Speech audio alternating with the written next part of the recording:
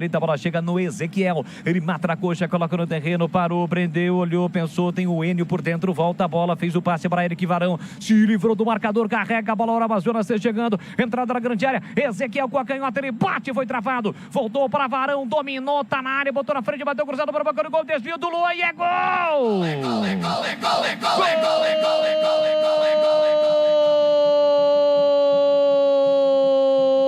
Gol do Amazonas!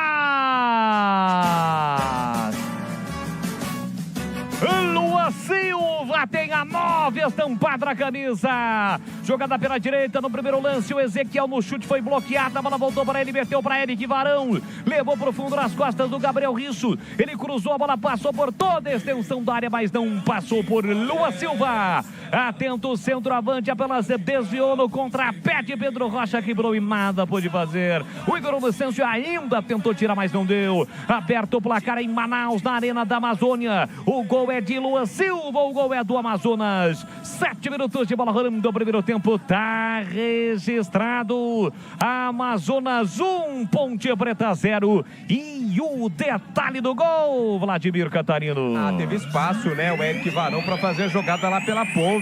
O Emerson Santos estava na marcação, mas não deu combate a ponto de impedir o cruzamento. Ela passou por ele, dentro da pequena área. O Igor Inocêncio não conseguiu marcar o Luan Silva, que tocou no contrapé ali do goleiro Pedro Rocha para mandar para o fundo das redes. Primeiro gol do jogo, tá na frente o Amazonas.